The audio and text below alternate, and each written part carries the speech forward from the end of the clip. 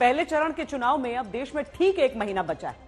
अप्रैल में नवरात्रि के व्रत के बाद रामनवमी है और फिर 19 अप्रैल को पहले चरण की वोटिंग। उससे पहले ही एक मुद्दा ऐसा है जहां शक्ति की बात है, शक्ति के साथ सत्ता का संतुलन बैठाने वाला बयान है और शक्ति पर ही बयान का असंतुलन भी है। राहुल गांधी और प्रधानमंत्री के बीच शक्ति के संघर्ष की पहली दस्तक देखिए। हिंदू धर्म में शक्ति शब्द होता है। हम शक्ति से लड़ रहे हैं, एक शक्ति से लड़ रहे हैं। अब सवाल उठता है वो शक्ति क्या है? जैसे किसी ने यहां कहा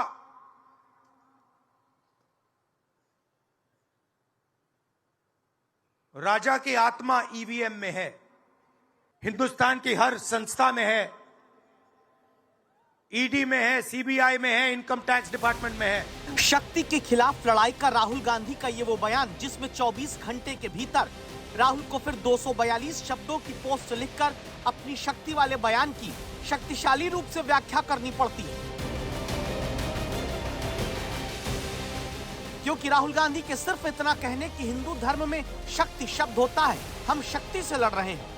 बीजेपी इस बयान को सनातन धर्म के खिलाफ, शक्ति रूपी मां के खिलाफ और शक्ति स्वरूप महिलाओं के खिलाफ बताते हुए जनता के बीच पहुंच जाती है। क्या भारत की धरती पर कोई शक्ति के विनाश की बात कर सकता है क्या? क्या शक्ति का विनाश हमें मंजूर है? हम सब शक्ति की आराधना करते हैं कि नहीं करते हैं? पूरा हिंदुस्तान शक्ति की आराधना करता है कि नहीं करता है? परिवार के बाद शक्ति के नाम से हुए वार को जो हथियार प्रधानमंत्री ने बनाया, उसी पर राहुल गांधी ये बताने में फिर जुटते हैं कि अरे शक्ति मतलब वो शक्ति जिसने भारत की संस्थाओं को, सीबीआई, आईटी, ईडी को, चुनाव आयोग को, संवैधानिक ढांचे को अपने चंगुल में दबोच लिया है। जब से राहुल गांधी ने आसुरी शक्ति के खिलाफ खुलकर हमला बोला, यह चुनाव आसुरी शक्ति और दैवी शक्ति के बीच का चुनाव है। यह चुनाव तय करेगा कि यह देश दैवी शक्ति से चलेगा या आसुरी शक्ति से चलेगा।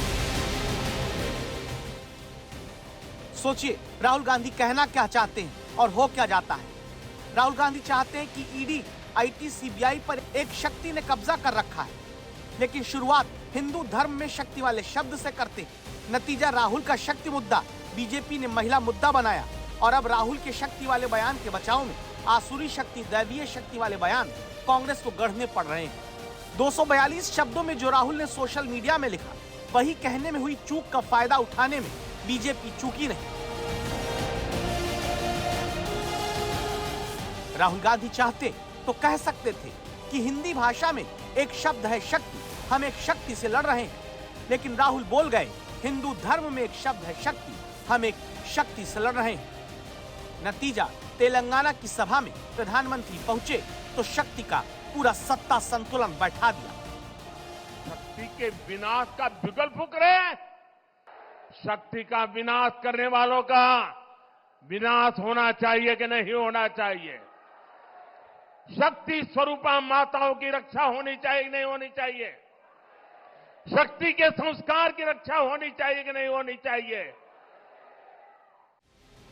प्रधान अरुणाचल, दमनदीप, केरल, लक्षद्वीप, मेघालय, पंजाब, तमिलनाडु और तेलंगाना में एक एक सीट ऐसी हैं। एक तरफ शक्ति के विनाश के लोग करने वाले लोग हैं, दूसरी तरफ शक्ति की पूजा करने वाले लोग हैं। मुकाबला 4 जून को हो जाएगा।